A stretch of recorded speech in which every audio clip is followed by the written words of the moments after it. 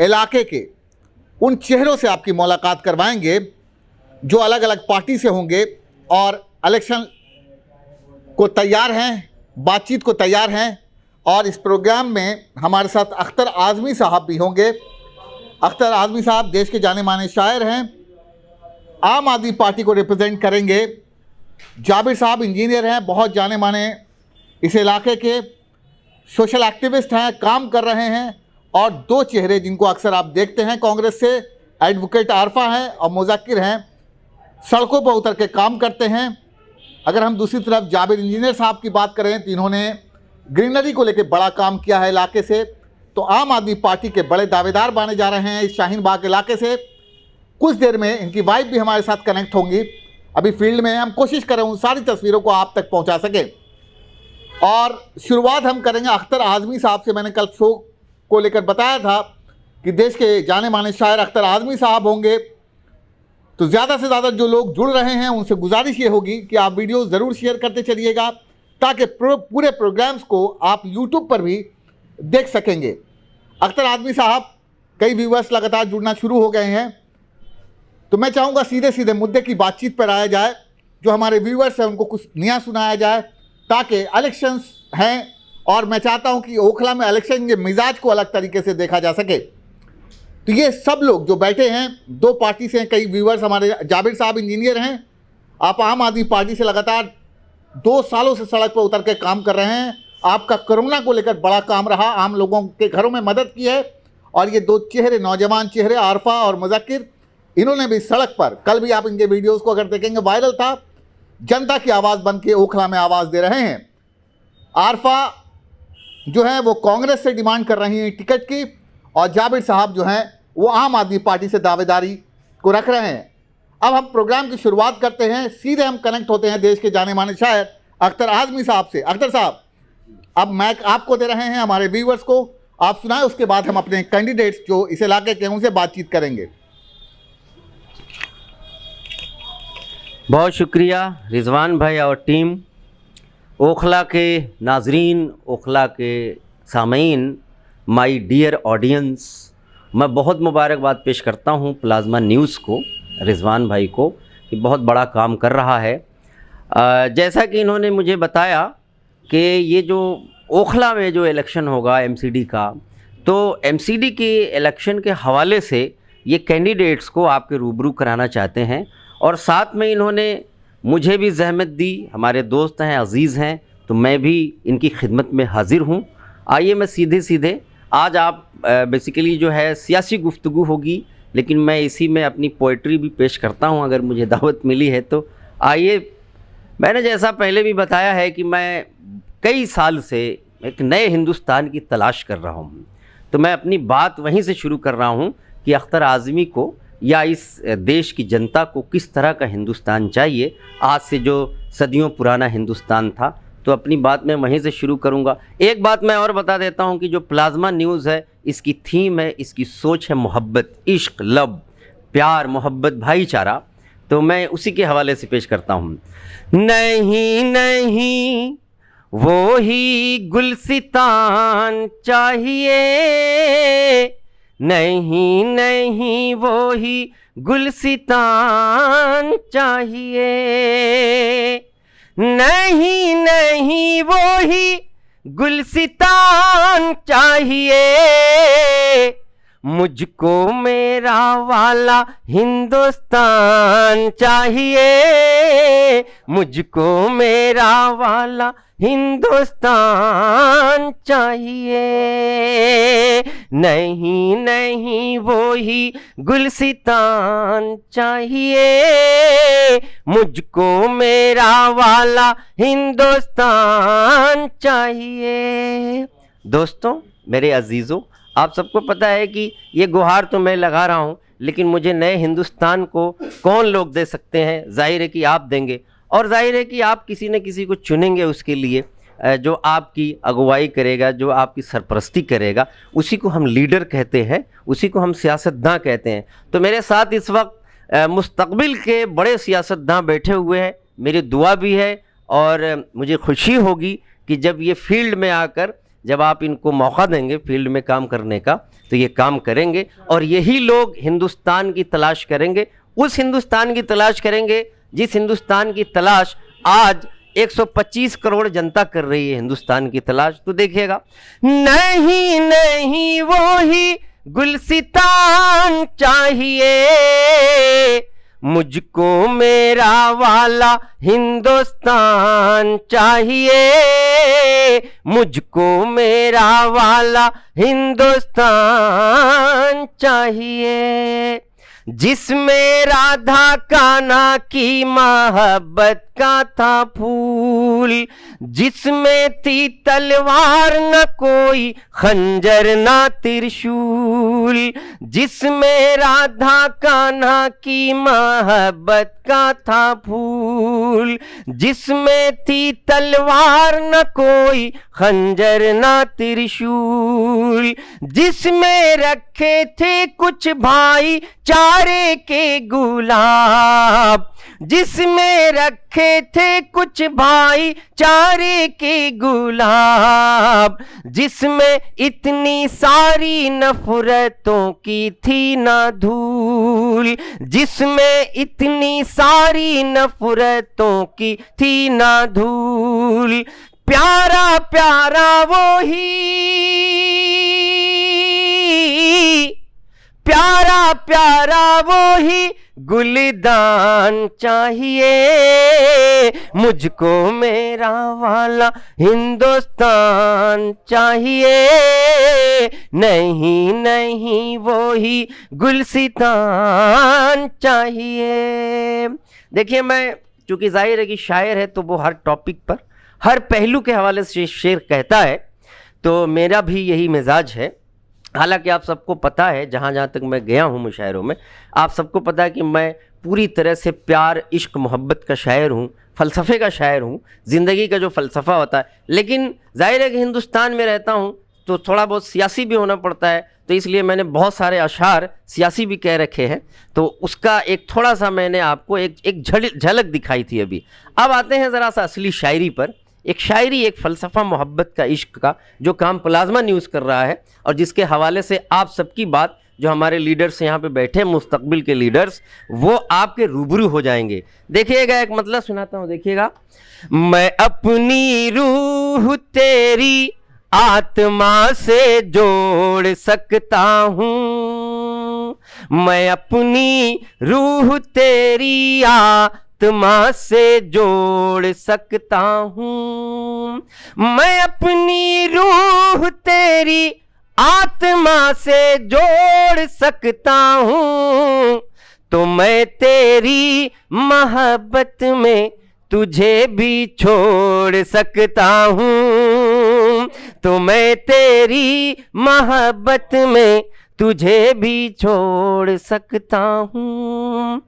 और हुकूमत चाहिए किसकी, हवा की या चरागों की, हुकूमत चाहिए किसकी, हवा की या चरागों की, हुकूमत चाहिए किसकी, हवा की या चरागों की, जरा सुलझे हुए लोगों की या फिर बददिमागों की, जरा सुलझे हुए लोगों की या फिर बददिमागों की।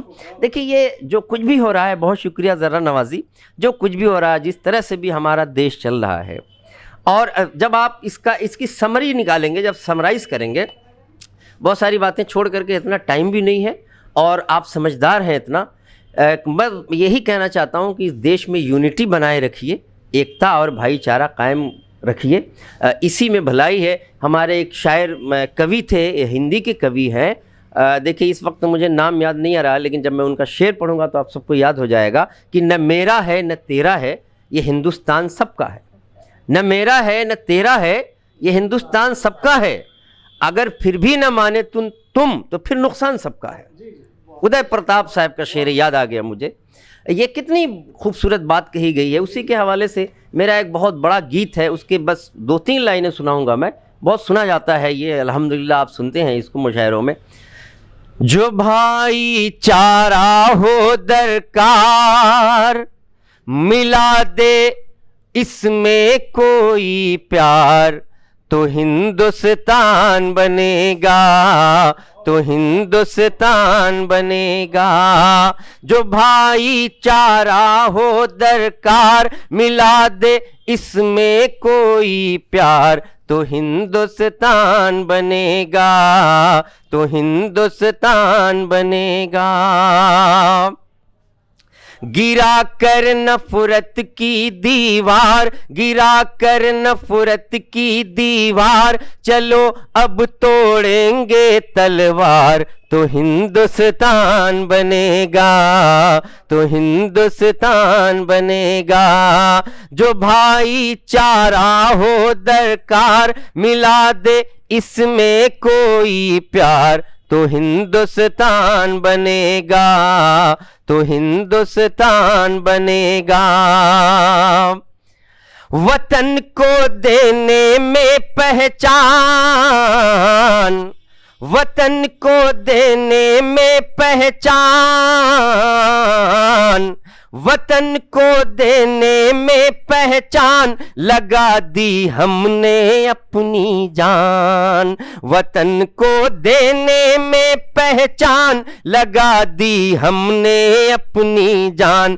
तो अब क्या पंडित अब क्या खान, तो अब क्या पंडित अब क्या खान, तुम अपने ठीक करो व्यवहार, तो हिंदुस्तान बनेगा, तो हिंदुस्तान बनेगा। जो भाईचारा हो दरकार, मिला दे इसमें कोई प्यार, तो हिंदुस्तान बनेगा, तो हिंदुस्तान बनेगा। न होना एक दूजे से दूर, न होना एक दूजे से दूर, मदद हो आपस में भरपूर। न होना एक दूजे से दूर, मदद हो आपस में भरपूर। ओ दौलतमंद हो या मजदूर, ओ दौलतमंद हो या मजदूर, दिलाओ सबके तुम अधिकार, तो हिंदुस्तान बनेगा, तो हिंदुस्तान बनेगा। जो भाईचारा हो दरकार, मिला दे इसमें कोई प्यार, तो हिंदुस्तान बनेगा। देखिए ये जो मेरा मकसद है इस बंद में जाहिर हो रहा है। हालांकि सारे जो है वो एम फुल है, मेरा एक ऑब्जेक्ट है, एक एम है, वो सब में पूरा हो रहा है। लेकिन अब मैं जो आखिरी बंद सुनाने जा रहा हूँ आपको, देखिए ये एक इशारा दे रहा हूँ, शायर की ज़बान है, ये शायर की भाषा है। देखिएगा यहाँ से, यहाँ कब रुक पाया था गम, यहाँ कब रुक पाया था गम, यहाँ थे जख्मों के मरहम। ये हिंदुस्तान की बात हो रही है, भारत की बात हो रही है। यहाँ कब रुक पाया था गम, यहाँ थे जख्मों के मरहम, यहाँ थे जख्मों के मरहम। न लाओ तुम बारूदो बम, न लाओ तुम बारूदो बम, सजा दो प्रेम का ये बाजार, तो हिंदुस्तान बनेगा, तो हिंदुस्तान बनेगा। जो भाईचारा हो दरकार, मिला दे इसमें कोई प्यार, तो हिंदुस्तान बनेगा, तो हिंदुस्तान बनेगा। गिरा कर नफरत की दीवार, गिरा कर नफरत की दीवार, गिरा कर नफरत की दीवार, चलो अब तोड़ेंगे तलवार, तो हिंदुस्तान बनेगा, तो हिंदुस्तान बने। बहुत बहुत शुक्रिया नाजरीन। व्यूअर्स हमारे साथ लगातार जुड़ते चले जा रहे हैं। अभी आपसे सीधे संवाद कर रहे थे देश के जाने माने शायर अख्तर आज़मी साहब। ये इलेक्शन का MCD इलेक्शन 2022 का हमारा अपना एक कैंपेन है, जो इलाके शाहीन बाग से हम सीधे आपको दिखा रहे हैं। हमारा मकसद है कि जिन लोगों को आने वाले समय में आप चुनने जा रहे हैं वो कौन लोग हैं। हम कोशिश करेंगे आपसे बातचीत कराएं। कौन लोग हैं अलग अलग पार्टी से जो दावेदारी कर रहे हैं टिकट को लेकर, हम उनसे भी आपसे बातचीत कराएंगे।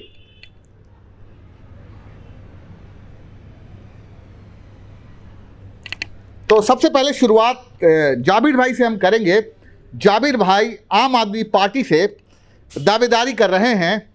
जाबिर भाई, मेरा पहला सवाल होगा कि अगर आम आदमी पार्टी आपको टिकट देती है तो ओखला में कौन ऐसा 5 काम है जो नहीं हुआ और आप काम करना चाहेंगे? चूँकि महफ़िल की शुरुआत जो है अशार सुखन से हुई है, शेरी सुखन से हुई है, तो मैं भी एक शेर जो है शायर साहब की नज़र करूँगा और वहीं से ही शुरुआत करूँगा। पत्ता पत्ता बूटा बूटा हाल हमारा जाने है, जाने न जाने गुल ही न जाने बाग तो सारा जाने है। तो चूँकि समाज में पिछले 22 साल से मैं काम कर रहा हूँ, ऐसे बहुत सारे चीज़ें हैं। पहले मैं सोशल काम करता था, लेकिन सियासत की तरफ रुख इसलिए किया क्योंकि सियासत के किसी प्लेटफॉर्म पर बैठकर आप सोशल काम को बढ़ा सकते हैं, बहुत तेज़ कर सकते हैं, बहुत दूर तक कर सकते हैं और बहुत ही मौसर अंदाज में, बहुत ज़्यादा इफ़ेक्टिव अंदाज में आप सोशल काम कर सकते हैं सियासी प्लेटफॉर्म हासिल करने के बाद। जब आप सियासी प्लेटफॉर्म हासिल करते हैं तो लोग आपकी बातें ज़्यादा तादाद में, ज़्यादा अच्छे से और इफ़ेक्टिव अंदाज में सुनते हैं और उस पर बहुत हद तक अमल भी करते हैं। तो चूँकि हम और आप तमाम चीज़ों से अवेयर हैं कि हमारे समाज के अंदर जो काउंसलर के जो काम होते हैं और अगर उनसे लोग जो है जूझ रहे हैं, वो काम नहीं हो रहे हैं और उनको हमारा असमर्थ है, वो नहीं कर पा रहे हैं और लोगों को शिकायत है, तो वो काम तो बाय डिफ़ॉल्ट होंगे इंशाल्लाह सिस्टमेटिक वे में होंगे वो काम। उसके साथ साथ हम अपने समाज के जो लोग हैं, जैसे यहाँ पे हमारे सामने वकील साहब हैं, शायर साहब हैं, आप भी एजुकेशन में बहुत लंबे अरसे से काम कर रहे हैं। हम क्या है कि उनके जहन को फ्री करेंगे जब हम ये लोकल के इश्यूज़ जितने भी आप समझ सकते हैं, जो भी एक काउंसलर के अंडर में काम आते हैं, वो सिस्टमेटिक वे में काम होना शुरू हो जाएंगे। तो हमारा समाज इस डिस्कशन से बाहर निकलेगा, उस गुफ्तगू से बाहर निकलेगा जो हमारी बिला वजह में हमारा टाइम वेस्ट करता है, हमारे जहन को बिज़ी रखता है, हमारे वक्त की किल करता है, वो जो हमारा वक्त जो है कंस्ट्रक्टिव कामों में लगे। यानी एजुकेशन के बारे में हम देखते हैं कि 80% स्कूल जो है हमारी लोकेलिटी में बंद हो गए हैं कोरोना की वजह से, क्योंकि वो उनके पास उतना अच्छा इंफ्रास्ट्रक्चर नहीं था। आप देखेंगे सिर्फ 3 स्कूल हैं, गॉड्स ग्रेस स्कूल है, आपका स्कॉलर स्कूल है और शाइन पब्लिक स्कूल, जिनके पास कुछ दर्जे का इंफ्रास्ट्रक्चर था और वो कंटिन्यू है। लेकिन 80% स्कूल जो छोटे मोटे स्कूल हैं, जो 3री क्लास तक, 5वीं क्लास तक, 8वीं क्लास तक वो छोटे बिल्डिंग्स में चल रहे थे या उन एरियाज़ में, और 80% हमारे इलाके के बच्चे उन स्कूल्स में पढ़ रहे थे। लेकिन कोरोना की वजह से वो स्कूल बंद हो चुके हैं और जब नॉर्मल हालात में माँ बाप अपने बच्चों को स्कूल भेजेंगे तो वहाँ पे वो स्कूल नहीं होंगे। नतीजा ये होगा कि फिर वो बड़े मायूस होंगे और हमारे पूरे इलाके के लिए मायूस कुन हालत होगी। डिस्कशन हमारा इन चीज़ों पे होना चाहिए, वकीलों का, डॉक्टर्स का, इंजीनियर्स का, साइंटिस्ट का और प्रोफेसर्स का, टीचर्स का। लेकिन डिस्कशन हर तबके का डिस्कशन इलाके के वो इश्यूज़ हैं जो यहाँ पे बने हुए हैं और उनको वो सॉल्व नहीं कर पा रहे हैं यहाँ के नुमाइंदे एमसीडी में।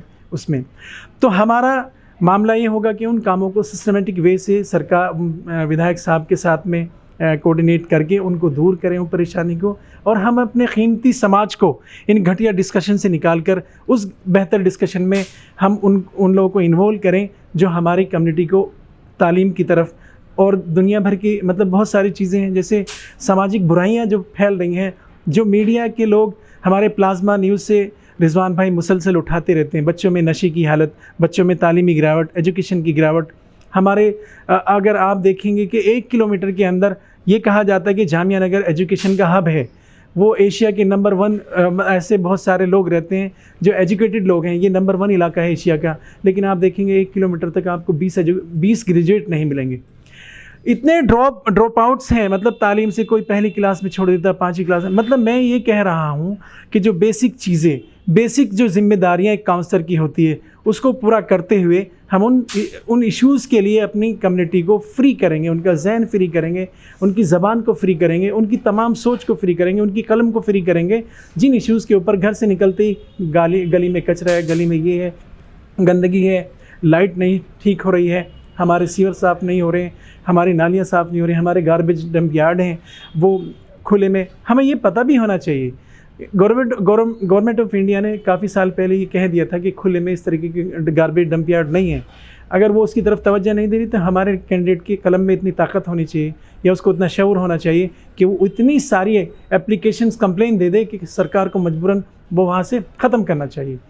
बहुत सारी जगहें पड़ी हैं, हमको वो सिस्टम यूज़ करना चाहिए। अपने वकीलों का एक ग्रुप हो, जजेस का, अगर यहाँ जजेस भी रहते हैं, बड़े बड़े ऑफिसर्स रहते हैं, उनको लूप में लेके ऐसे उन लोगों के ज़रिए कंप्लेंट्स दिलाई जाए ताकि इसको उठा के दूसरी वो बिला वजह में पड़ी है, वहाँ पे गंदगियाँ फैल रही हैं, वहाँ पे पिग्स और कुत्ते पल रहे हैं, वहाँ पे अनसोशल एलिमेंट किसी की आमाज का बना हुआ है, उन चीज़ों को क्यों नहीं यूज़ कर सकते हैं? आपके अंदर कितना शऊर है, आपके अंदर कितनी समझ है, आपके कलम में कितनी ताकत है, आप कितने कलम के ताकतवर लोगों को इस्तेमाल कर सकते हैं, वो प्लानिंग होनी चाहिए। कितनी NGOs हैं यहाँ पे, आप देखिए 7,000 NGOs हैं यहाँ पे। इस वार्ड के अंदर कम से कम 3,000-4,000 NGOs हैं, उनको सबको लूप में लेंगे। यहाँ पे हमारे वार्ड में ख़ास तौर से, मैं ये नहीं कह रहा पूरे जामिया नगर में, तमाम वो जमातें जो पूरे इंटरनेशनल और नेशनल लेवल पे काम कर रही हैं मुस्लिम की फलाह और बहबूद के लिए, उनके दफातर यहाँ पे हैं और वो उनको लूप में लेके तमाम जो काम है वो किए जाएंगे इंशाअल्लाह। बिल्कुल। जावेद भाई से मेरी बातचीत हुई, एक इंजीनियर है, तो कहीं ना कहीं इलाके को खूबसूरत बनाने के लिए इन्होंने तालीम पर तवज्जो दी। मैंने जो सवाल किया बड़ा साफगोई के साथ जवाब दिया। हमारे साथ देश के जाने माने शायर अख्तर आदमी, उससे पहले हम आरफा से सोशल एक्टिविस्ट हैं, बुलंद आवाज़ है, इलाके में जब गरजती हैं तो लोग सुनते हैं और हक की लड़ाई लड़ती हैं, सड़कों पर जाती हैं। कल भी इनको सड़क पर हमने देखा। आरफा, क्योंकि आप भी एक दावेदार हैं कांग्रेस पार्टी से, आप कौन से 5 काम करना चाहिएगा जो आपको अभी तक जो ओखला में नहीं देखने को मिला है? हमारे व्यूवर्स लगातार देख रहे हैं।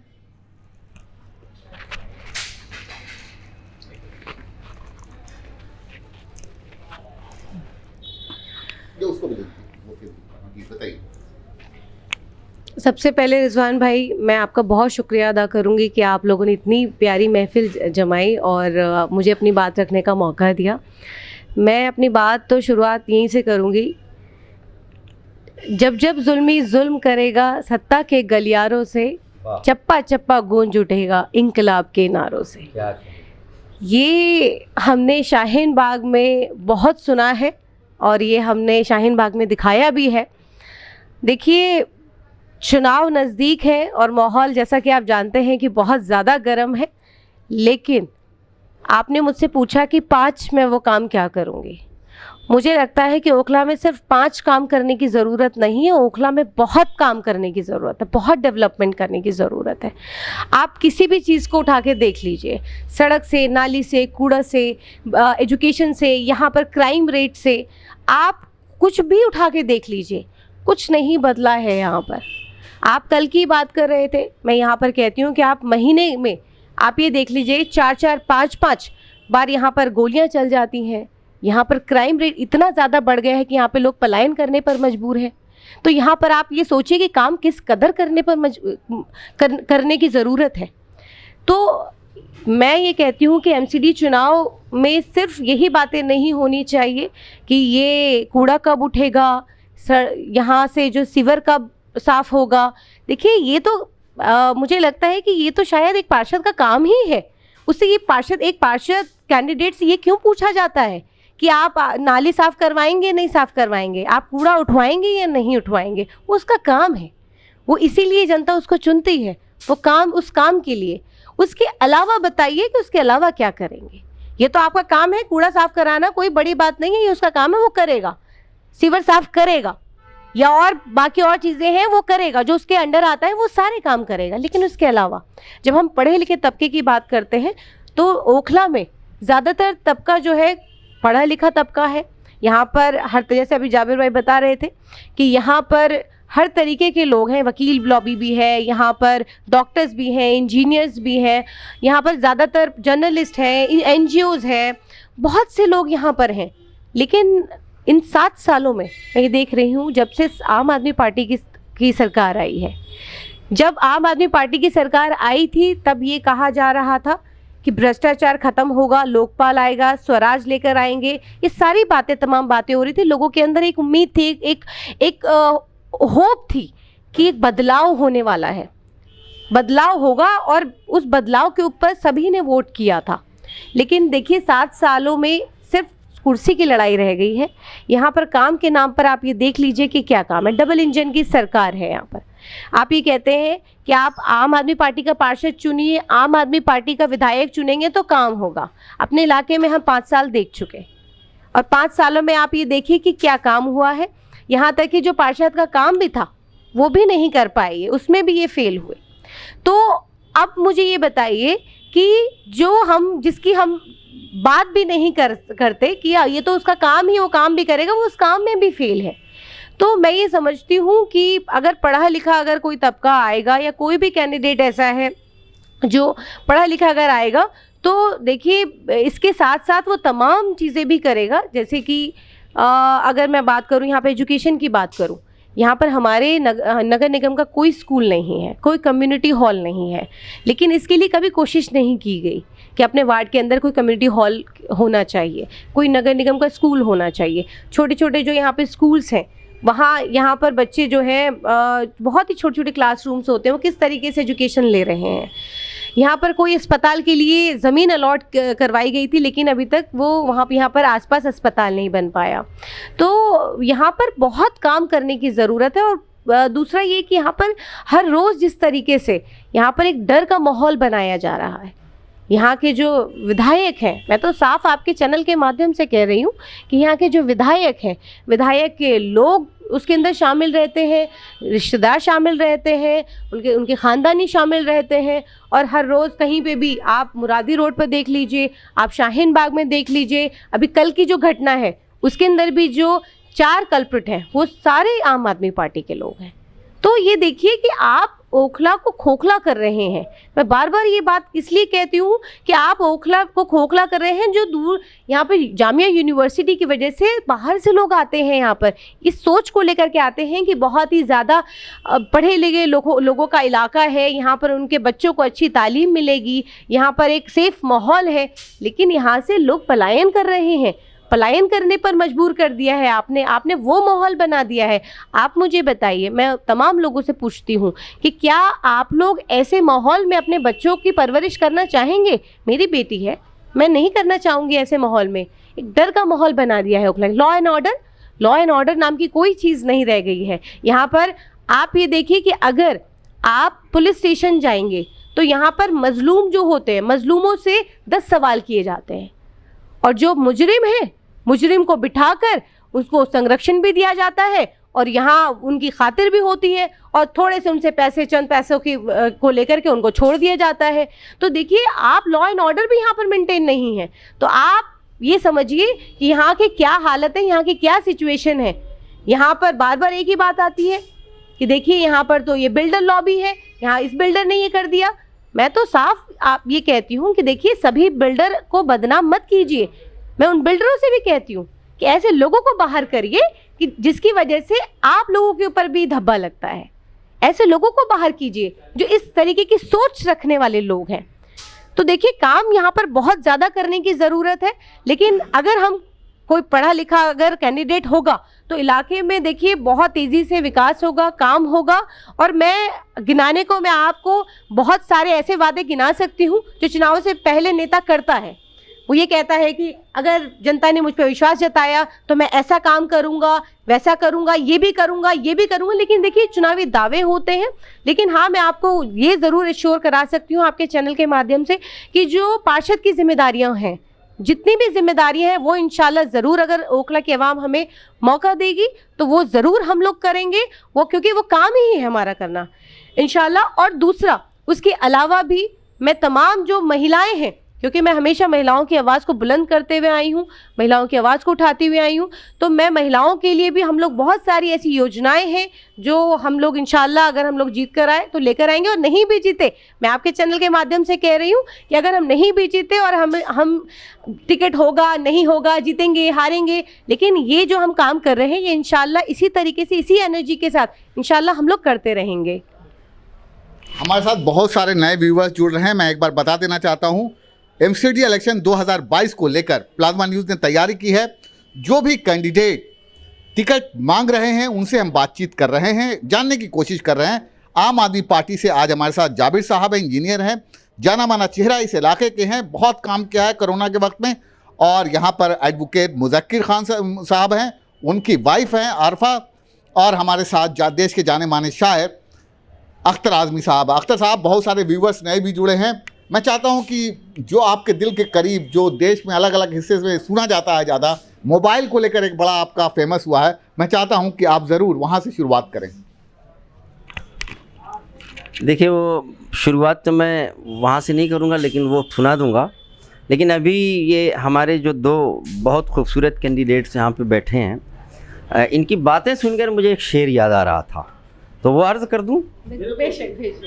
ये जो ओखला के अवाम के बारे में बात हुई कि यहाँ पे किस तरह से मतलब काम होना चाहिए, तो उसके हवाले से एक शेर है। बस शायर तो ज़्यादा बोलता नहीं है, तो शेर में बात कह लेगा आपने, तो देखिएगा। राह निकलेगी कहाँ कोई सफ़र से पहले। देखिए, ये बहुत कीमती शेर है, आप सबको मैं सुनाना चाहता हूँ, पूरे ओखला की आवाम को। राह निकले, और ख़ास तौर से उनके लिए जो वोट देने नहीं जाते हैं, घर में बैठे रहते हैं।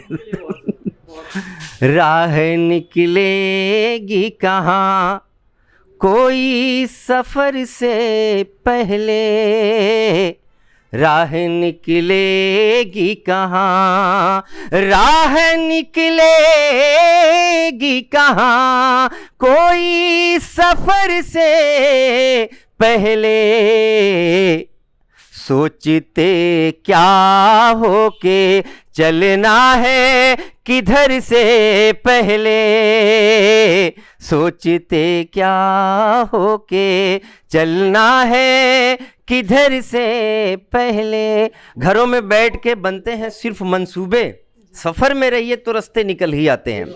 तो ये इस हवाले से शेर था। जागिए, एक बेदारी लाने का काम जो है ये हम लोग कर रहे हैं, प्लाज्मा न्यूज़ कर रहा है, तो आप सभी लोग जागिए, तभी विकास पॉसिबल है, तभी डेवलपमेंट मुमकिन है इस देश में। तो रिजवान भाई, फिर मेरा इशारा, मैं तो जाहिर है कि शायर का मूड ऐसा होता है कि जिसको देखता है वैसे ही शेर कहने लगता है। तो आज यहाँ हमारे सियासी लोग बैठे हैं, तो मेरा मूड सियासी का बना था, लेकिन बहरहाल जो मेरी असली जो औकात है जिसको कहते हैं, वो वही है फ़लसफ़ियाना आशिक़ाना ज़िंदगी के वो बताना। तो इन्होंने एक ऐसी फरमाइश कर दी है जिसको मैं आम तौर से अब नहीं पढ़ता, जो कि ये बचपने में कहा था मैंने, जब मोबाइल शुरू में आया था तो बच्चे इसका किस तरह से इस्तेमाल करते थे, तो उसी हवाले से एक गीत कहा था जो पूर्वांचल में बड़ा मशहूर हुआ, तो वो सुनाना चाहूँगा। लेकिन उसके लिए एक भूमिका बांध लूँ, एक तमहीद बांध लूँ तो और अच्छा रहेगा। देखिएगा। आज है मेरा दिल मेरा कल बेगाना हो जाएगा, बेगाना हो जाएगा। आज है मेरा दिल मेरा कल बेगाना हो जाएगा, ये तय है एक रोज किसी का दीवाना हो जाएगा, ये तय है एक रोज किसी का दीवाना हो जाएगा, दीवाना हो जाएगा। और तेरी बिखरी जुल्फ ये कहती है तू मुझ में सिमटा है, सबको अब मालूम हमारा अफसाना हो जाएगा, सबको अब मालूम हमारा अफसाना हो जाएगा, अफसाना हो जाएगा। एक शेर मैंने बहुत पहले कहा था कि मेरे दीप से सुलह मत कर हवा तू, तेरा रुख सदा बागियाना रहेगा। तो मतलब हवा में और चिराग में कभी दोस्ती नहीं हो सकती। तो इस हवाले से एक शेर इसमें भी आ रहा है, सुन ले हवा तू, सुन ले हवा क्या बाज आएगी, तू भी इसको बुझाने से, तू भी इसको बुझाने से। सुन ले हवा क्या बाज आएगी, सुन ले हवा क्या बाज आएगी, तू भी इसको बुझाने से। कैसे मेरे दीप से तेरा याराना हो जाएगा, कैसे मेरे दीप से तेरा याराना हो जाएगा, याराना हो जाएगा। देखिए, जब मैं घर से मुशायरों के लिए चलता हूँ तो हमारी अहलिया, वो भी शायरा हैं, लेकिन वो शायरा बस स्टेज वाली नहीं है, वो सिर्फ लिखती हैं, पढ़ती हैं। और एक शेर मैंने उनके लिए कहा था एक ज़माने में, और वो शेर चूँकि उनके लिए कहा था इसलिए ये शेर बहुत मशहूर हुआ। नहीं नहीं, वो इस तरह की नज़में नहीं होती हैं उनकी इतनी अच्छी नहीं होती हैं, लेकिन ये है कि करती हैं, शायरी करती हैं। नहीं, वो अब शायरी में इसी बात पे तो उसने छोड़ दी है, क्योंकि एक बार हमने उन्हें ताना मार दिया कि ये शेर ज़रा सा हल्का है, इसकी मैं इस्लाह कर देता हूँ, तो उन्होंने शायरी ही छोड़ दी जब से अभी फ़िलहाल तो ये शेर मैंने उनके लिए कहा था, सोच रहा हूँ कि सुना दूँ उसको। दिल में तेरे बेसबब आबाद हो जाऊँगा मैं, दिल में तेरे बेसबब, दिल में तेरे बेसबब आबाद हो जाऊंगा मैं। तू मुझे मत भूल वरना याद हो जाऊंगा मैं, तू मुझे मत भूल वरना याद हो जाऊंगा मैं, दिल में तेरे बेसबब। और इश्क तुझको मैं बना दूंगा बहुत आसान है, बस बनाने में तुझे बर्बाद हो जाऊंगा मैं, बस बनाने में तुझे बर्बाद हो जाऊंगा मैं, दिल में तेरे बेसबब। मैं तो हैरान हूँ कि उसने बेसबब बांधा मुझे, मैं तो हैरान हूँ कि उसने बेसबब बांधा मुझे। खौफ उसको ये है कि आज़ाद हो जाऊंगा मैं, खौफ उसको ये है कि आज़ाद हो जाऊंगा मैं, दिल में तेरे बेसबब। अभी देखिए, बातें हो रही थी तो मैडम ने बताया, मेरे ख्याल से आरफा मैम ने, मजलूम का एक लफ्ज़ आया था। तो मजलूम का जब लफ्ज़ आता है तो उसमें बहुत सारे शेर कहे गए हैं। एक शेर इस गज़ल में भी हो गया, मैंने ऐड किया बाद में, देखिएगा। आलमे फानी में मुश्किल से सुना जाऊंगा मैं। ये एक अलमिया है हमारे देश का, हमारे समाज का, जिसे तोड़ना है हमें। आलमे फानी में मुश्किल से सुना जाऊंगा मैं, जब किसी मजलूम की फरियाद हो जाऊंगा मैं, जब किसी मजलूम की फरियाद हो जाऊं। और आप ये सोच रहे हो कि अख्तर साहब ने इतने दिल जले शेर किस तरह से कहे, तो उसका एक बहाना एक मक्ता में आ जाता है, मक्ता में मैं सारा राज खोलना चाहता हूं। एक बुलबुल की तरह अख्तर वो आया सामने, एक बुलबुल की तरह अख्तर वो आया सामने, क्या उसे मालूम था सैयद हो जाऊंगा मैं, क्या उसे मालूम था सैयद हो जाऊंगा मैं, दिल में तेरे बेसबब। और आइए रिजवान भाई ने जो फरमाइश की थी वो सुनाने के बाद फिर मैं इजाज़त चाहता हूँ। उस मोबाइल का हवाला इन्होंने दिया था, तो हालांकि अब इस उम्र में इस म्यार पे आके अच्छा नहीं लगता, लेकिन जाहिर है कि एक समाज की ये भी हकीकत है, इसलिए हकीकत को बयान करना शायर का ही काम है। तो देखिएगा, मैं तो पूछने चला हूँ हाल उसका, ज़रा सा उस ज़माने में चले जाइएगा जब मोबाइल शुरू में आया था।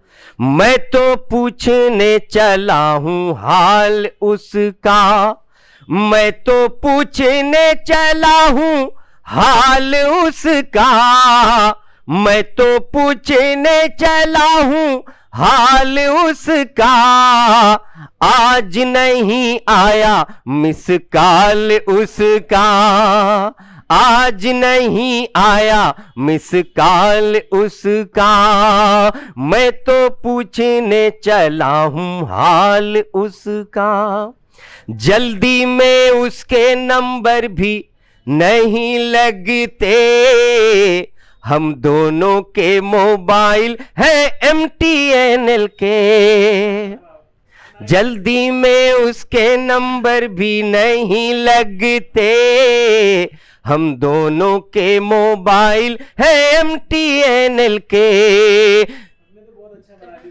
जी नहीं, वो यूपी में जब होता हूं तो BSNL पढ़ देता हूं, यहां होता हूं तो MTNL पढ़ देता हूं। ये जल्दी में उसके नंबर भी नहीं लगते। नहीं, आज जी इन्होंने जो बात कही है बिल्कुल सही है। ये उस जमाने का जब शुरू में मोबाइल आया था और जब वाकई नेटवर्क काम नहीं कर रहा था इसका, और ये आशिकों को बहुत दिक्कत होती थी उस वक्त। जल्दी में उसके नंबर भी नहीं लगते, हम दोनों के मोबाइल है MTNL के, बेताबी का आलम और वो भी दूर है, बेताबी का आलम और वो भी दूर है, क्या बताऊं दिल ये कितना रंजूर है, मेरा सूबा यूपी बंगाल उसका, मेरा सूबा यूपी बंगाल उसका, आज नहीं आया मिस कॉल उसका। बहुत शुक्रिया नवाज। हमारे साथ अख्तर आज़मी साहब थे। हमने कोशिश की कि अपने व्यूवर्स के लिए कुछ अलग तरीके के कॉन्सेप्ट को लेकर आएँ। हमारे साथ बहुत ही कीमती वक्त दिया इंजीनियर जाबिर साहब से, आम आदमी पार्टी से दावेदार हैं, कैंडिडेट हैं, डिमांड कर रहे हैं टिकट का। इनसे हमने आपसे बातचीत कराई। इस इलाके में सामने बैठे मुज़क्किर साहब हैं, आरफा के हस्बैंड हैं। मुज़क्किर साहब से क्लोजिंग करेंगे इस प्रोग्राम को। आरफा हैं जो कांग्रेस पार्टी से टिकट मांग रही हैं और पूरे प्रोग्राम में हमारे साथ जुड़े रहे अख्तर आज़मी साहब। हमने कोशिश की कि ग्राउंड रिपोर्ट लोगों तक पहुंचाई जा सके, जो कैंडिडेट दावेदारी कर रहे हैं उनसे बातचीत करा सके। बहुत ही अच्छे तरीके से दोनों कैंडिडेट ने अपनी बातचीत रखी। जाबिर साहब ने खास कर फोकस किया एजुकेशन को लेकर कि हम बड़े पैमाने पर एजुकेशन में तब्दीली लाना चाहते हैं। उसी को लेकर आरफा ने भी अपनी बातचीत रखी कि बहुत सारे वर्क हैं जो हमें करना है। तो एक महिला के तौर पर सड़कों पर उतरकर आरफा को हम और आप हमेशा देखते हैं। जाबिर भाई ने खासकर आम आदमी पार्टी से जो दावेदारी कर रहे हैं उनको ओखला के ग्रीनरी के लिए इनके काम को लोग सराह रहे हैं। अब हम क्लोजिंग करेंगे एडवोकेट मुज़क्किर साहब से। मुज़क्किर भाई, इस प्रोग्राम जो हम शुरू कर रहे हैं, खासकर आज पहला शो था और अख्तर आज़मी साहब आए आप लोग, तो मेरी कोशिश ये थी कि जो इलाके के लोग हैं इस चीज़ को समझें, जागरूक हों कि कैसे कैंडिडेट को वो चुनने जा रहे हैं, किनको उनको चुनना चाहिए, कौन दावेदार हो, कितने एजुकेटेड कैंडिडेट, ताकि आम लोगों को काम कराने में या समझने में, इलाके को डेवलप करने में फ़ायदा हो। तो इस कॉन्सेप्ट को लेकर कैसा लग रहा है या और क्या चेंजेस होने चाहिए? बहुत बहुत शुक्रिया रिजवान भाई और आपकी पूरी टीम को बहुत मुबारकबाद। ये बहुत ही खूबसूरत प्रोग्राम और एक बहुत ही नई कोशिश जिसकी ओखला को और ओखला की आवाम को ज़रूरत है, क्योंकि देखिए पॉलिटिशियन की ज़िम्मेदारी शुरू होती है चुन जाने के बाद। ज़्यादा जिम्मेदारी हमारे ऊपर है, जनता के ऊपर है कि हम किसको चुनते हैं। ये गिव एंड टेक रिश्ता है। आप जिसको चुन करके भेजेंगे वो अपनी रात पे खरा उतरेगा। आपको देखना है, परखना है, तो एक प्लेटफॉर्म दिया है रिजवान भाई ने, बहुत खूबसूरत प्लेटफॉर्म है। सुनिए, समझिए, सोच को देखिए, कैरेक्टर को देखिए, उसके बैकग्राउंड को देखिए और कोशिश करिए जानने की कि आप किसको चुनना चाह रहे हैं और कौन बेहतर है, इलाके के लिए कौन बेहतर है, समाज के लिए कौन बेहतर है। ख़ासकर एक महिला, एक यहाँ पर एक ऐसा तबका है, ज़्यादातर कुछ ऐसी औरतें मैं देखता हूँ परेशान रहती हैं जो बाहर जिनके शौहर रहते हैं, तो उन लोगों के लिए भी मौका है। देखिए कि महिला सीट हुई है, एक मौका है, किस महिला से आप डायरेक्ट अप्रोच कर सकते हैं, बेहतर कौन है, कौन आपकी आवाज़ को समझता है, कौन आपके दर्द को समझता है, कौन किस सोच का है। ये बहुत ही खूबसूरत प्लेटफॉर्म रिजवान भाई ने आपको दिया है। कोशिश करिए इसका ज़्यादा से ज़्यादा फ़ायदा उठाएं, ज़्यादा से ज़्यादा शेयर करें ताकि ज़्यादा लोगों के पास ये पहुँचे और सब इस चीज़ को देख सकें, समझ सकें और एक बेहतर कैंडिडेट को सामने ला करके उसको चुन सकें। बहुत बहुत शुक्रिया। अभी हम ले रहे हैं छोटा सा ब्रेक के बाद लौटेंगे और आप इस वीडियो को ज़रूर शेयर कीजिए। हमारी कोशिश है कि इन लोगों से, कैंडिडेट से और भी बातचीत किया जा सके, तो इसीलिए कुछ देर का ब्रेक ले रहे हैं। ब्रेक के बाद फिर बातचीत करेंगे। Thank you for watching plasma news. ये सीधी तस्वीरें शाहीन बाग से हम आपको दिखा रहे हैं। एमसीडी इलेक्शन 2022 अप्रैल में इलेक्शंस होने हैं। हमने एक कॉन्सेप्ट तैयार किया है जिसमें इस इलाके से अलग अलग पार्टी से, कांग्रेस, आम आदमी पार्टी, MIM जो पार्टी है, उससे जो कैंडिडेट खड़े हो रहे हैं उनसे सीधे जनता की बातचीत करवा रहे हैं। और हमारे साथ कुछ शायर भी जुड़ रहे हैं। अभी थोड़ा देर पहले हमने ब्रेक लिया था इस शो को लेकर, तो जितने भी व्यूअर्स हैं, क्योंकि थोड़ा लंबा ब्रेक हो गया हमारा, हमारी कोशिश थी कि उन सबको जोड़ा जाए और कहीं ना कहीं कैंडिडेट से बातचीत किया जाए। और हमारे साथ दो शायर होंगे, वो भी आपसे अपनी बातें रखेंगे। तो ज़्यादा वक्त ना लेते हुए मैं शुरुआत करूंगा अख्तर आज़मी साहब से, क्योंकि व्यूअर्स लगातार जुड़ते रहेंगे। अख्तर आज़मी साहब, तो हम कोशिश करेंगे उन सारी तस्वीरों को आप तक हम पहुंचा सकें, बता सकें।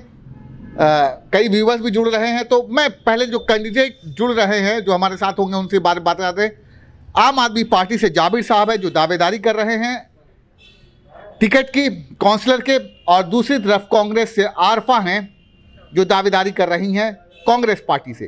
तो हमने कोशिश की उन तस्वीरों को आप तक पहुंचाने की। उन लोग से भी बातचीत होगी क्योंकि सेकंड राउंड चल रहा है। फर्स्ट राउंड में भी हमने सीधी बातचीत कराई थी। सबसे पहले हम कनेक्ट होंगे अख्तर आज़मी साहब, जो भी व्यूअर्स हैं उनको आप सुनाएं या फिर नेक्स्ट आप कंटिन्यू करें। जी, बग़ैर किसी ख़ास तमहीद के मैं बहुत बहुत शुक्रिया अदा करता हूँ सरिता जैन साहिबा का। ये हिंदी की एक मशहूर व मारूफ कवित्री हैं, शाश्वत जी हैं, कवि हैं हिंदी के, बहुत अच्छे कवि। और ये दोनों लोग मेरी दावत पे यहाँ पे तशरीफ़ लाए और रिजवान भाई की दावत पर। अच्छा, अभी बातें यहाँ पे हो रही थी, तालीम की बात चल रही थी, यानी सारे लीडर्स का जो हमारे फोकस था व्यूअर्स, आपने देखा कि तालीम पर था। मैंने भी कई गज़लें सुनाई, कई अशार सुनाए। तालीम पर मुझे हिंदी की कवित्री को देख करके एक दोहा याद आ गया। एक मैंने दोहा कहा था जो मैंने मनीष सिसोदिया जी को सुनाया था, एजुकेशन मिनिस्टर जो हमारे हैं, बड़ा खुश हुए थे कि जिसको भी मालूम हुआ सरस्वती का मोल, जिसको भी मालूम हुआ सरस्वती का मोल, उसने ही बूझे साखी जीवन के सब बोल, उसने ही बूझे साखी जीवन के सब बोल। तो मैं आपको आज एक नई खबर दे दूँ कि मैं दोहा भी कहता हूँ, ये देख करके याद आया मुझे। बहरहाल गज़ल कुछ अशार सुना के फिर आगे बढ़ाता हूँ मैं। बचपन में कुछ था ही नहीं, तब मन में कुछ था ही नहीं, झूठ को देखा दर्पण में, झूठ को देखा दर्पण में कुछ था ही नहीं, दर्पण में कुछ था ही नहीं, और शोर मचाते टूट गया, शोर मचाते टूट गया, शोर मचाते टूट गया, शोर मचाते टूट गया, बर्तन में कुछ था ही नहीं, बर्तन में कुछ था ही नहीं, शोर मचाते टूट गया, बर्तन में कुछ था ही नहीं, बर्तन में कुछ था ही नहीं। सरिता जैन साहिबा, आपको देख और शाश्वत जी को एक शेर याद आया मुझे, इसी गज़ल का है, हिफाजत चाहता हूँ इसकी। राधा और कान्हा के सिवा,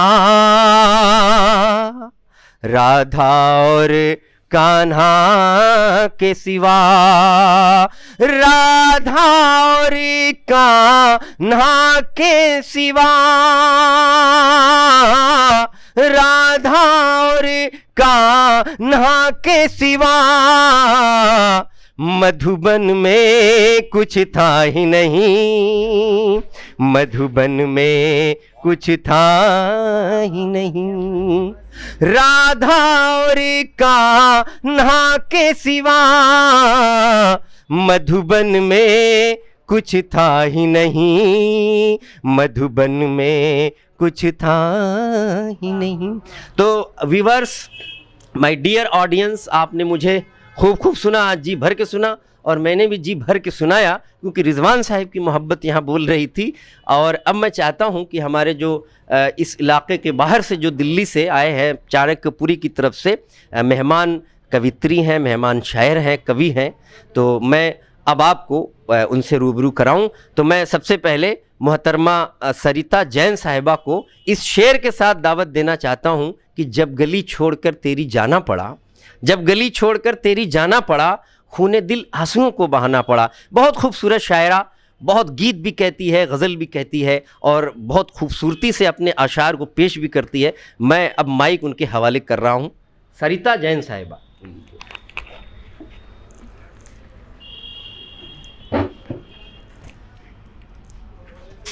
बहुत बहुत शुक्रिया आज़मी साहब, बहुत खूबसूरत अशार से मुझे बुलाया, और सभी व्यूअर्स का बहुत शुक्रिया अदा करती हूँ, हमें सुन रहे हैं, और मैं चाहती हूँ अपनी दाद और तहसीन से हमें नवाजें।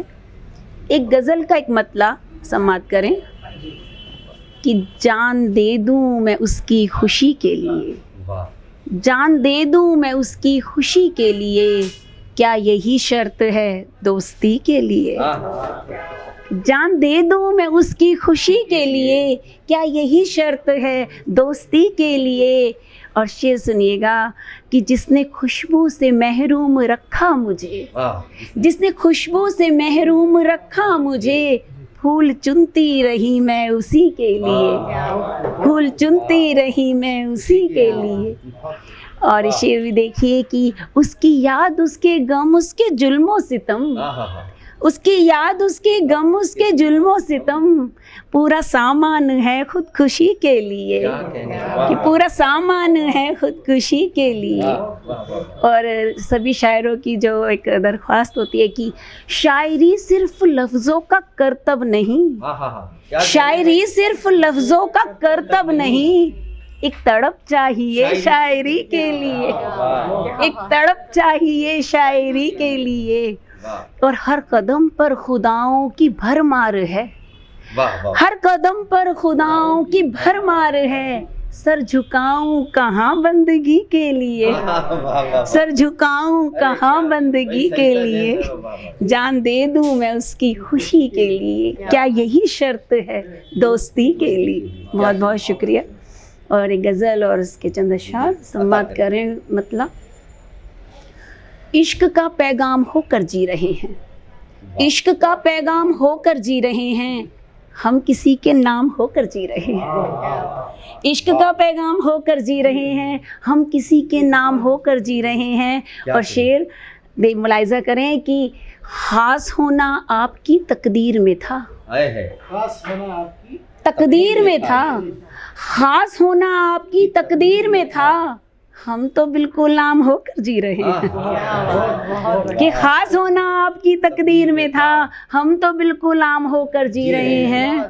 और नारियों में ढूंढते हैं लोग सीता, वाह, नारियों में ढूंढते हैं लोग सीता, नारियों में ढूंढते हैं लोग सीता, खुद कहाँ वो राम होकर जी रहे हैं। कि नारियों में ढूंढते हैं लोग सीता, खुद कहाँ वो राम होकर जी रहे हैं। और मुफलिसी ने तोड़ डाली हैं अनाएं, मुफलिसी ने तोड़ डाली हैं अनाएं, कुछ बदन नीलाम होकर जी रहे हैं। कि मुफलिसी ने तोड़ डाली हैं अनाएं, कुछ बदन नीलाम होकर जी रहे हैं। और अपने बच्चे तक नहीं पढ़ते हैं जिसको, अपने बच्चे तक नहीं पढ़ते हैं जिसको, हम वही पैगाम होकर जी रहे हैं। हम वही पैगाम होकर जी रहे, हम वही पैगाम होकर जी रहे। एक मतला और एक शेर और देखिए कि ज़मीं से आसमां तक रोशनी है, ज़मीं से आसमां तक रोशनी है, ये तेरे प्यार की मौजूदगी है, ये तेरे प्यार की मौजूदगी है। और मैं थक जाती हूँ बातें करते करते, मैं थक जाती हूँ बातें करते करते, तेरी तस्वीर कितना बोलती है। कि मैं थक जाती हूँ बातें करते करते, तेरी तस्वीर कितना बोलती है। बहुत बहुत शुक्रिया। बहुत सारे नए व्यूवर्स हमारे साथ जुड़ रहे हैं, तो हम उनको बता देना चाहते हैं कि ये शो हम एमसीडी इलेक्शन को लेकर लाइव कर रहे हैं। एमसीडी इलेक्शन 2022, हमारे साथ दो कैंडिडेट भी यहाँ पर बैठे हैं। कांग्रेस से आरफा जो दावा कर रही हैं, कोशिश कर रहे हैं कि कांग्रेस पार्टी उन्हें टिकट दे, और दूसरी तरफ आम आदमी पार्टी से जाबिर साहब, इंजीनियर जाबिर साहब है, और देश के जाने माने शायर हमारे साथ बैठे हुए हैं। अब नेक्स्ट अख्तर आज़मी को देते हैं। मैं चाहता हूँ कुछ सुनाएं, उसके बाद आगे आप करें। भाई मैं तो बहुत सुना चुका हूँ जो हमारे मेहमान शायर आए हैं। हालांकि मेरे आपको तो पता है मेरी किताब भी आ चुकी है, मैं तो कई दिन और कई रात सुना सकता हूँ बैठ कर के साथ में। लेकिन अब मैं चाहता हूँ कि आज थोड़ा सा मेहमानों को सुना जाए। मैं कई बार सुना चुका हूँ। तो मनोज शाश्वत साहिबान, हाँ मनोज शाश्वत, ये इनका ताल्लुक़ राजस्थान से है, लेकिन ये इस वक्त अभी कुछ दिनों पहले तो ये दिल्ली में थे, लेकिन अब इस वक्त कहीं और है मेरे ख्याल से, लखनऊ अयोध्या में है। तो जाहिर है कि ये एक बहुत खूबसूरत संगम बना हुआ है कवियों का और हमारे लीडरों का, सियासतदानों का। ये बड़ी खूबसूरत महफ़िल है ये। तो इस महफ़िल के हवाले से एक शेर, एक कता मुझे याद आ रहा है कि मोहब्बत भाईचारे की जिसे पहचान कहते हैं, मोहब्बत भाईचारे की जिसे पहचान कहते हैं, जिसे इंसानियत के फूल का गुलदान कहते हैं, और जहां फैलाव के अंदर बसी है एकता अख्तर, कोई देखे इसी मंज़र को हिंदुस्तान कहते हैं। तो मैं इसी के साथ अब माइक सौंप रहा हूं मनोज जी को, वो अपने कलाम से आपको नवाजें। जी मनोज जी।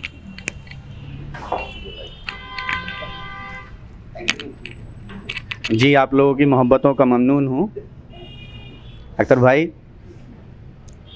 आप सब हजरात का शुक्रगुजार हूँ जो मुझे सुन रहे हैं सब। ये जो हमारी उर्दू और हिंदी की जो तहज़ीब है, जो गंगा जमनी तहज़ीब है, मैं वहीं से शुरुआत करता हूँ।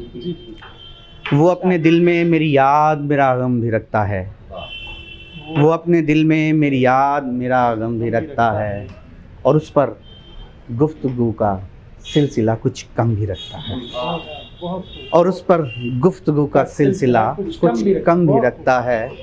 और मुझे उसके दिए ज़ख्मों से क्यों होती नहीं तकलीफ़, तवज्जो चाहूँगा, मुझे उसके दिए ज़ख्मों से क्यों होती नहीं तकलीफ़, वो शायद अपने खंजर पर कोई मरहम भी रखता है। वो शायद अपने खंजर पर कोई मरहम भी रखता है। और जिन मिसरों के लिए मैंने ये मतलब शेर उठाए थे वहाँ तक पहुँचता हूँ। ये नफ़रत की नदी क्यों लाइए गांधी का वो दर्शन, ये नफ़रत की नदी क्यों लाइए गांधी का वो दर्शन, जो गंगा जल तो रखता है मगर जमजम भी रखता है, जो गंगा जल तो रखता है मगर जमजम भी रखता है। और शायर अगर गज़ल ना कहे और शायद श्रृंगार उसमें ना हो तो गज़ल ही क्या। देखिए, शायर अपने महबूब के आलस पर भी कविता कर सकता है। देखिए, एक अलसाया सा वो बदन और फिर, एक अलसाया सा वो बदन और फिर उसकी उलझी हुई जुल्फ़ की गुत्थियाँ, एक अलसाया सा वो बदन और फिर उसकी उलझी हुई जुल्फ़ की गुत्थियाँ, कत्ल का ये भी सामान कम तो न था, उस पे पलकों की अल्हड़ सी सरगोशियाँ, उस पे पलकों की अल्हड़ सी सरगोशियाँ। और उसको शायद ये एहसास तक भी नहीं, उसको शायद ये एहसास तक भी नहीं, सर से पा तक वो महका है पैकर कोई, उसको शायद ये एहसास तक भी नहीं, सर से पा तक वो महका है पैकर कोई। उसके होठों ने पल भर छुआ था इन्हें, उसके होठों ने पल भर छुआ था इन्हें, तब से मदहोश हैं चाय की प्यालियाँ, तब से मदहोश हैं चाय की प्यालियाँ। जी, चाय में नहीं, उसके होठों में नशा है कि चाय की प्यालियाँ मदहोश हैं। एक नया जाविया देखिए आप। चाय, जी जी, शुक्रिया। और देखिए, यहाँ पे अलग अलग जो पेशे से जुड़े हुए लोग हैं, इंजीनियर हैं और एडवोकेट हैं और सियासतदान हैं, तो शायर हैं।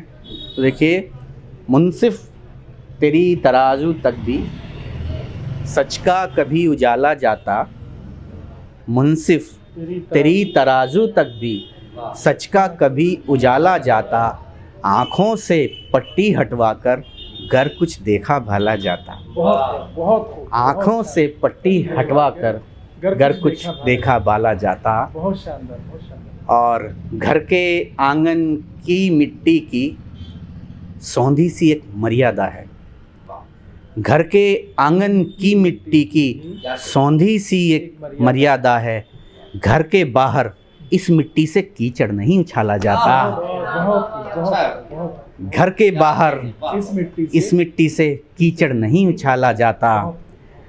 और ये मिसरे देखिए, कई गुत्थियाँ जानबूझकर अनसुलझी छोड़ी जाती हैं, कई गुत्थियाँ जानबूझकर अनसुलझी छोड़ी जाती हैं, हर एक पहेली का जीवन में हल तो नहीं निकाला जाता, हर एक पहेली का जीवन में हल तो नहीं निकाला जाता, मुनसिफ तेरी तराजू तक भी सच का कभी उजाला जाता, आँखों से पट्टी हटवाकर घर कुछ देखा भाला जाता। और एक गज़ल के कुछ शेर पढ़ देता हूँ। सही हो सकता था इतना भी मैं बीमार कब था, सही हो सकता था, सही हो सकता था इतना भी मैं बीमार कब था, दवा देने को चारागर मगर तैयार कब था, दवा देने को चारागर मगर तैयार कब था। और हमी ने चांद तक देरी से फैलाई थी बाहें, हमी ने चांद तक देरी से फैलाई थी बाहें, झिझक दोनों ही जानिब थी मगर इनकार कब था, झिझक दोनों ही जानिब थी मगर इनकार कब था। और यहाँ एक लाइब्रेरी थी, किताबें थी, सुकून था, यहाँ एक लाइब्रेरी थी, किताबें थी, सुकून था, ये मल्टीप्लेक्स और ये चीखता बाज़ार कब था, ये मल्टीप्लेक्स और ये चीखता बाज़ार कब था। और ये देखिए, जो आधी दुनिया है हम उसके सिर पर कुछ ठीक अपनी नाकामियों को मढ़ देते हैं, ये नाकामियों को जिसके सिर पर मढ़ रहे हो, ये नाकामियों को जिसके सर पर मढ़ रहे हो, तुम्हारे फैसलों में उसका कुछ अधिकार कब था, तुम्हारे फैसलों में उसका कुछ अधिकार कब था। और ये जो शेर हमारे अंदर जो झिझक होती है और कुछ बातों के कायदे होते हैं। देखिए, सभी के सामने कैसे मैं दिल की बात रखता, सभी के सामने कैसे मैं दिल की बात रखता, मैं तेरी डायरी था, मैं कोई अखबार कब था, मैं तेरी डायरी था, मैं कोई अखबार कब था। और अपनी मरहूम माँ के नाम ये शेर रखता हूँ। हमारी जो माएँ हैं या पत्नियाँ बहनें जो भी हैं, वो अपना हर दिन हर पल घर में लगाती हैं। मेरे बचपन का हर वीकेंड कितना पुरसुकून था, मेरे बचपन का हर वीकेंड मेरे बचपन का हर वीकेंड कितना पुरसुकून था, मगर माँ के कैलेंडर में कोई इतवार कब था, मगर माँ के कैलेंडर में कोई इतवार कब था। और ये मेरे बचपन का हर वीकेंड कितना पुरसुकून था, मगर माँ के कैलेंडर में कोई इतवार कब था। और सभी बेटियों को, बहनों को ये मैं नज़र करता हूँ शेर, और आपकी ज़हमत तमाम। विदाई के समय बेटी की आंखें पूछती थी, विदाई के समय बेटी की आंखें पूछती थी, तुम्हारी दुनिया में पापा मेरा संसार कब था, तुम्हारी दुनिया में पापा मेरा संसार कब था। बहुत बहुत शुक्रिया।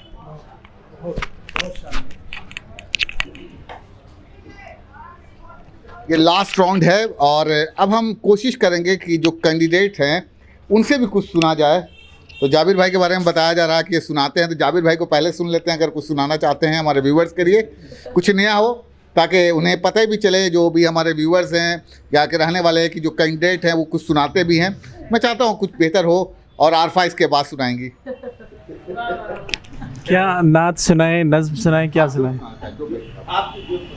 क्या आप बताइए क्या सुनेंगे? नहीं, कुछ भी सुना सकते हैं। नात चूँकि जो है शुरू में ही पढ़ी जाती है हाँ, तो मैं नज्म, और नात से प्रोग्राम शुरू किया है, तो मैं नज्म किसी और में इंशाल्लाह मैं नज्म सुनाता हूँ आपको, वही नज्म जो अभी आप लोग सुन।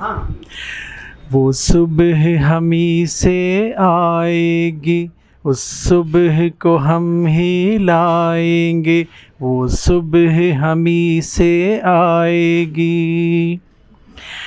संसार के सारे मेहनत कश खेतों से मिलों से निकलेंगे, बेघर बेदर बेबस इंसान तारीक बिलों से निकलेंगे।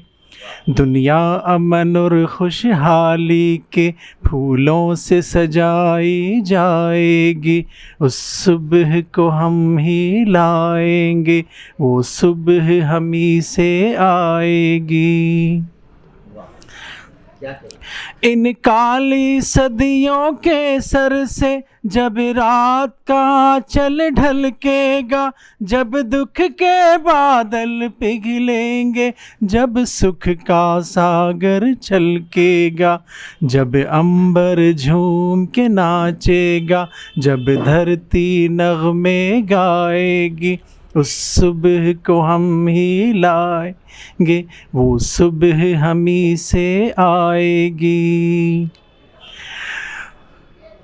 माना के अभी तेरे मेरे अरमान की कीमत कुछ भी नहीं, मट्टी का भी है कुछ मोल, मगर इंसान की कीमत कुछ भी नहीं। इंसान की इज्जत जब झूठे सिक्कों में न तोली जाएगी, उस सुबह को हम ही लाएंगे, वो सुबह हम ही से आएगी। जिस सुबह की खातिर जग जग से हम सब मर मर के जीते हैं, जिस सुबह की धुन में ऐ लोगों हम जहर के प्याले पीते हैं, उन भूखी प्यासी रूहों पर अल्लाह की रहमत छाएगी, उस सुबह को हम ही लाएंगे, वो सुबह हम ही से आएगी। अस्सलाम वालेकुम। बहुत ही शानदार, बहुत शानदार जाबिर साहब। अब आरफा के लिए कंपटीशन टफ हो गया, इन्हें भी कुछ सुनाना होगा। तो कहीं ना कहीं देखिए, जो कैंडिडेट हैं उनकी कुछ अलग चीज़ें हैं। पहली बार हमने भी जाबिर भाई को सुना, बहुत शानदार लगा जाबिर भाई, बहुत अच्छी। कहीं ना कहीं आपके आवाज़ में ताकत है जो दूसरों को आप अट्रैक्ट कर सकते, पहली बार हम भी जान पाए। आपको देखिए कैंडिडेट से बातचीत करने में एक फ़ायदा है। आरफा, अब राउंड आपका है, अब आप क्या सुनाएंगे हमारे व्यूवर्स को, ये इंपॉर्टेंट है। कुछ और भी चीज़ें, मैं कंपटीशन टफ होना चाहिए, कांग्रेस और आम आदमी पार्टी में ये कंपटीशन टफ होना चाहिए। अब देखते हैं आरफा की बारी है, आरफा क्या सुनाएंगी। देखिए, मैं तो कोई शायरा नहीं हूँ, ठीक है, इसलिए जाबिर भाई अच्छे शायर हैं, लेकिन मैं शायरा नहीं हूँ। लेकिन फिर भी मैं सियासत से रिलेटेड कुछ सुना सकती हूँ, बस मैं तो ऐसे नहीं नज़म सुना सकती। मैं एक शायरी अर्ज़ करूँगी, और मैं शायरी अर्ज़ यहाँ के पार्षद साहब के लिए मैं अर्ज़ कर रही हूँ आपके चैनल के माध्यम से। मैं नहीं नहीं नहीं नहीं नहीं नहीं अब हम नहीं आजमाते उनको, अब हम नहीं आजमाते उनको, उनकी करतूतें आजमाती हैं उनको। अब हम नहीं आजमाते उनको, उनकी करतूतें आजमाती हैं उनको। वो गिरते गिरते इतना गिर गए, वो गिरते गिरते इतने गिर गए कि अब आवाम के सामने आने में शर्म आती है उनको। बहुत बढ़िया। शेर पढ़ा मैं ये सीधा सीधा ये शेर मैंने यहाँ के पार्षद साहब को, मैंने पार्षद साहब के लिए अर्ज़ किया है। मेरे इस शेर के बाद शायद ये शेर मैं चाहती हूँ कि वो सीधा उनके पास पहुँचे, क्योंकि अब तो इंतहा हो गई है, और इंतहा के बाद अब बस एक बदलाव की तरफ हम लोग देख रहे हैं, और आवाम जो है एक बदलाव चाहती है और बदलाव देख रही है। और मुझे पूरी उम्मीद है कि इस आने वाले चुनाव में ओखला की आवाम, शाहीन बाग की आवाम बहुत बड़ा बदलाव करने जा रही है। ओखला में आप देखेंगे कि बहुत बड़ा बदलाव होने जा रहा है, क्योंकि जिस तरीके से यहाँ के पार्षद ने आम जनता को निराश किया है, चाहे वो उनके बुनियादी काम थे, बुनियादी कामों को लेकर के भी जिस तरीके से बार बार आवाम उनका दरवाज़ा खटखटाती थी, उनसे सवाल पूछती थी, 5 साल लगातार आईना दिखाने का काम किया, लेकिन यहाँ के पार्षद ने पूरी तरह आवाम को निराश किया है। तो ऐसे लोगों को मैं आवाम से यही कहूँगी, ऐसे लोगों को सत्ता का बाहर का रास्ता दिखाइए, क्योंकि ये लोग बिजनेसमैन हैं, ये लोग बिजनेस करें। लेकिन देखिए, क्योंकि ये जो चुनाव है, एमसीडी चुनाव, ये बहुत ही बुनियादी चुनाव होता है। ये एक रिश्ता होता है आवाम का और एक नुमाइंदे का जो रिश्ता होता है आपस में, वो रिश्ता ये नहीं बना पाए। और रिश्ता तो क्या ये बनाते, कभी आवाम के बीच में भी नहीं गए। चुनाव आने से पहले इन्होंने बहुत से वायदे किए थे, लेकिन चुनाव बीतने के बाद ये सारे वायदे भूल गए। यहाँ तक कि हम लोग कांग्रेस पूरी तरह बार बार उनको उनके वायदे भी याद दिलाए, बार बार उनको ये लिखित भी दिया, उनको कहा भी, उनके दरवाजे तक मैं गई, उनसे सवाल किया, मैं जो उन्होंने वादा किया था कूड़ेदान का, मैं सवाल करने उनके दरवाजे तक गई। लेकिन बड़े अफसोस की बात है कि वो खुद नहीं आए और पुलिस को आगे कर दिया, और वो पुलिस के ज़रिए वो वार्तालाप कर रहे थे। तो मैं ये समझती हूँ कि ये पूरी तरह फेलियर है, यहाँ के पार्षद का पूरी तरह फेल हो चुके हैं। यहाँ की आम आदमी पार्टी, चाहे वो विधायक हो, पार्षद हो, पूरी तरह फेल है। यहाँ पे बहुत ज़्यादा ज़रूरत है एक अच्छे नुमाइंदे की, पढ़े लिखे नुमाइंदे की। और क्योंकि मैं महिला हूँ तो मैं महिलाओं की बात करूँगी। मैं ये कहूँगी कि देखिए, महिला सीट है, हम लोगों को ये मौका मिला है, ख़ास करके जब शीला जी ने ये रिजर्वेशन दिया, 50% रिजर्वेशन दिया, तो इसलिए दिया ताकि जो महिलाएं संघर्ष कर रही हैं ज़मीन पर, वो आगे आए, आगे आकर के काम करें, अपने आप को साबित करें। तो आज वो महिलाएं सामने आ रही हैं, संघर्ष भी कर रही हैं, लगातार आवाज़ भी उठा रही हैं। और ख़ास करके मैं ओखला शाहीन बाग में जिस तरीके से कई अरसों से काम कर रही हूँ, संघर्ष कर रही हूँ, तो देखिए, अब ये आवाम को चुनना है, आवाम को ये फैसला करना है कि वो 5 साल बदहाली के साथ जाना चाहती है, ये चाहती है कि ओखला शाहीन बाग के अंदर काम हो। अगर काम चाहती है तो उसको ऐसा कैंडिडेट चुनना पड़ेगा जो उसके बीच में रह सके, बीच में रहकर काम कर सके। महिला हूँ, महिलाओं के दर्द को बहुत अच्छे से समझती हूँ, और मैं जानती हूँ कि जो महिलाएं आज तक कभी पार्षद ऑफिस के दफ्तर के पास नहीं गई, वो महिलाएं मेरे पास पहुँचती हैं अपनी छोटी छोटी चीज़ों को लेकर। वो क्यों नहीं जा पाती हैं पार्षद ऑफिस पे? वो इसलिए नहीं जा पाती हैं क्योंकि जब वो पार्षद ऑफिस पे जाती हैं तो वहाँ पर 4-5 गुंडे बैठे होते हैं। मैं सीधा कह रही हूँ, वहाँ गुंडे बैठे होते हैं, वो उनसे 10 तरीके के सवाल करते हैं और यहाँ तक कि उन महिलाओं का तो ये तक कहना है कि वो उनकी पूरी तरह स्कैनिंग करते हैं, नज़रों से स्कैनिंग करते हैं। तो ये बहुत ही ज़्यादा भद्दी बातें हैं। तो मैं चाहती नहीं थी करना, लेकिन फिर भी मजबूरी में मुझे ये बातें कहनी पड़ रही हैं कि पार्षद ऑफिस में जिस तरीके के गुंडे बैठते हैं, इन लोगों को बाहर का रास्ता दिखाना ज़रूरी है, क्योंकि कोई महिला आएगी, महिलाओं की बातों को भी समझेगी, महिलाओं की 10 चीज़ों को भी लेकर आएगी, महिलाओं के लिए काम करेगी। तो अब हमारी सीट जो है वो महिला है, शाहीन बाग अबुल फजल वार्ड 102 वो महिला सीट है। तो महिला सीट पे महिलाओं को का जो हक है वो उसे मिलना भी चाहिए और आवाम को ऐसे कैंडिडेट को लेकर आना चाहिए जो उसका काम करा सके।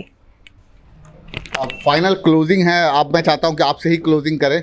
नहीं, आपसे कर दें क्योंकि टाइम हो रहा है, सर को भी निकलना है। तो फाइनल शो आप क्लोजिंग कर दें अख्तर आज़मी साहब इस शो का, ठीक है, क्योंकि हमारे कई व्यूवर्स हैं। तो लास्ट क्लोजिंग आप ही कर।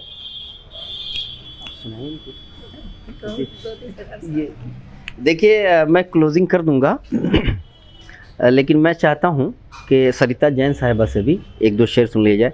देखिए, अभी बहुत अच्छी बातें हो रही थी। देखिए, ये जो मीडिया होता है, जो चैनल होता है, ये चाहे वो लीडर हो, चाहे कोई भी हो, समाज सुधारक हो, पब्लिक हो, ये अपनी बात पहुंचाने का बहुत खूब अच्छा ज़रिया होता है। तो सबने अपनी अपनी बातें पहुंचाई, जाबिर भाई ने भी पहुंचाई, मैडम ने भी पहुंचाई, आरफान मैडम ने भी पहुंचाई और हमने भी पहुंचाई।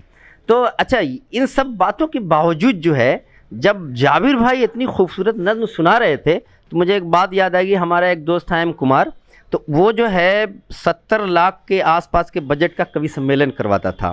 तो उसको एक दिन लगा, कुछ पता नहीं क्या एहसास हुआ, मुझसे पूछा उसने कि अख्तर भाई, एक रात में ये 1.5 लाख रुपये, 1-1 लाख रुपये मिलते हैं, तो मैं भी हो जाऊँ क्या कवि? तो मैंने कहा कि हो जाइए। हालांकि वो अच्छी खासी पॉलिटिक्स कर रहा था, स्कूल चला रहा था, कोचिंग चला रहा था। मैंने तो मजाक में कह दिया। अब वो दूसरे साल से कवि बनना गया। अब कवियों, अब डेली हमसे भी कहता है कि अभी यार मुशायरा पढ़ना चाहता हूँ मैं, क्योंकि एक रात का 1.5 लाख रुपया मिलता है। मैंने कहा यार, मैंने कहाँ से कह दिया, मेरा भी नुकसान हुआ। पहले तुम मुशायरा करवाते थे, अब मुशायरा ढूंढ रहे हो। तो भाई, मैं तो इसमें है कि जाबिर भाई जीतेंगे या आरफा मैडम जीतेंगी तो मुशायरा भी होगा। और कहीं अगर गलती से ये शायर हो गए तो फिर हमारा क्या होगा? ये है। तो बहरहाल बहुत खूबसूरत महफिल रही। जैसा कि मैंने बताया कि ये एक मीडिया है, चैनल है, और चैनल के थ्रू ये जमहूरियत है, लोकतंत्र है, हर कोई अपनी अपनी बात पहुंचाता है और जिसकी बात आपको अच्छी लगे वो आपका फ़ैसला है। मैं वो फ़ैसला आप पे छोड़ता हूँ। अब आते हैं हम एक बार फिर शायरी के माहौल में। रिजवान भाई का हुक्म है, मुझे इन्होंने कोऑर्डिनेटर बनाया है। बहुत खूबसूरत प्रोग्राम, इस तरह का प्रोग्राम पूरे मार्च भर चलेगा। मार्च भर क्या, मैं समझता हूँ कि जब तक रिजवान भाई यहाँ रहेंगे तब तक ये अदबी और सियासी दोनों प्रोग्राम साथ साथ चलते रहेंगे और दोनों में बहुत अच्छा तालमेल है।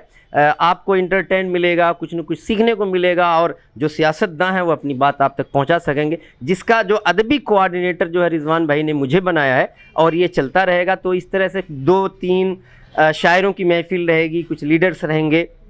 तो मुझे क्लोजिंग करनी है इस प्रोग्राम की, लेकिन मैं चाहता हूँ कि बाहर से आए हुए मेहमान कवित्री ये पहले 1 या 2 शेर सुनाएं, उसके बाद 1-2 शेर सुना के मैं क्लोजिंग कर दूंगा। तो सरिता जैन साहिबा को आप एक बार और सुनिए।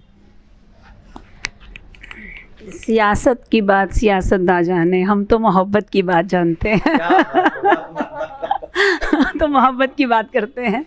सुनिएगा कि इश्क किसी से कर बैठी अनजाने में, क्या इश्क किसी से कर बैठी अनजाने में और फिर सांसें भरनी पड़ी हर जाने में। कि इश्क किसी से कर बैठी अनजाने में और फिर सांसें भरनी पड़ी हर जाने में, और कब से लगी हूँ खुद को ये समझाने में, एक ही हिचकी लगती है मर जाने में। कि कब से लगी हूँ खुद को ये समझाने में, एक ही हिचकी लगती है मर जाने में, और ख्वाबों की एक लाश अचानक बोल उठी, ख्वाबों की एक लाश अचानक बोल उठी, कितनी देर लगाओगे दफनाने में, कितनी देर लगाओगे दफनाने में, इश्क किसी से कर बैठी अनजाने में, और फिर सांसें भरनी पड़ी हर जाने में। बहुत बहुत शुक्रिया। चलिए दोस्तों, माय डियर ऑडियंस, जैसा कि आपका हुक्म हुआ, रिजवान भाई का हुक्म हुआ, तो मैंने सरिता जैन साहिबा से एक दो शेर सुनने की फरमाइश की। उन्होंने बहुत खूबसूरती से अपना शेर पेश किया और बहुत अच्छा शेर थे। अब देखिए, अब दो शेर सुना के फिर इस प्रोग्राम को क्लोज़ किया जाए। दुनिया तेरी देख रहा हूँ, बस मुझको हैरानी है। दुनिया तेरी देख रहा हूँ, बस मुझको हैरानी है। जिस दुनिया तेरी देख रहा हूँ, बस मुझको हैरानी है। जिस बाजी में पानी खून है, जिस बाजी में पानी खून है, उसमें ही खून पानी है। दुनिया तेरी देख रहा हूँ, बस मुझको हैरानी है। एक शेर जो मैं सबको दे के जाना चाहता हूँ, ये हमारा हिंदुस्तान, ये हमारा देश, ये हम देश के सभी वासी हैं, चाहे वो किसी भी कम्युनिटी से बिलोंग करता हो। हमें इस देश को बचाना है, इस देश की मिट्टी को बचाना है। हम सब इस देश की मिट्टी के लिए हैं, इस वतन के लिए हैं। इसके हवाले से एक शेर पेश कर रहा हूँ, आज़ादी के बाद और आज़ादी से पहले का जो मंज़र था उसके हवाले से, कि आज़ादी से पहले हम ग़ुलाम थे और हम आज़ाद हुए हैं, तो हमें अपने देश को बचाना है। देखिएगा, यहाँ से एक शेर पेश करके सबको एक मोहब्बत का पैगाम, यूनिटी का पैगाम देना चाहता हूँ। देखिएगा रिजवान भाई, मेरे घर का दीप बुझाने आती है अक्सर जो हवा, मेरे घर का दीप बुझाने आती है अक्सर जो हवा। मुझको तो हैरानी ये है, ओ जानी पहचानी है। मुझको तो है रानी ये है, ओ जानी पहचानी है। मुझको तो है रानी ये है, ओ जानी पहचानी है। और झरनों की मानिंद बहे ये आंसू तो देखे दुनिया, झरनों की मानिंद बहे ये आंसू तो देखे दुनिया। आँख से दरिया जारी करने की तरकीब पुरानी है, आँख से दरिया जारी करने की तरकीब पुरानी है। बहुत शुक्रिया नाज़रीन। आप सभी व्यूवर्स का बहुत बहुत शुक्रिया। लगातार पहला शो था, बहुत शानदार शो हुआ। जाबिर भाई का खास के बहुत शुक्रिया, बहुत शानदार आवाज़, आज नई चीज़ हम लोग जान पाए, बहुत शानदार आवाज़। और आरफा, आप सुना नहीं पाएंगी उम्मीद थी कि आप सुनाएंगी। मैं चाहता हूं कि जाबिर भाई का एक बार और सुना जाए, मुझे बहुत अच्छा लगा वाकई। तो क्लोजिंग जाबिर भाई, आप क्योंकि पॉलिटिक्स में हैं, मैं चाहता हूं कि जो भी 2 मिनट लगे क्लोजिंग आपसे ही करें। कोई भी नई चीज़ अगर आप सुनाना चाहते हैं। मैं नात के कुछ अशार सुना देता हूँ। तुम्हारी नात के कुर्बान जानो दिल, लेकिन तुम्हारी नात के काबिल कहाँ ज़बानो कलम। कलम की नोक पे अल्फाज तो बहुत है, मगर सबूत सिद्क़ मानी करे कहाँ से बहम। एक शेर मुझे बहुत अच्छा पसंद है इस नात का। तलब तसव्वुर मंजिल से हो चुकी महरूम, तलब तसव्वुर मंजिल से हो चुकी महरूम। खुद अपने सिमत सफ़र भी हमें नहीं मालूम। अस्सलाम वालेकुम।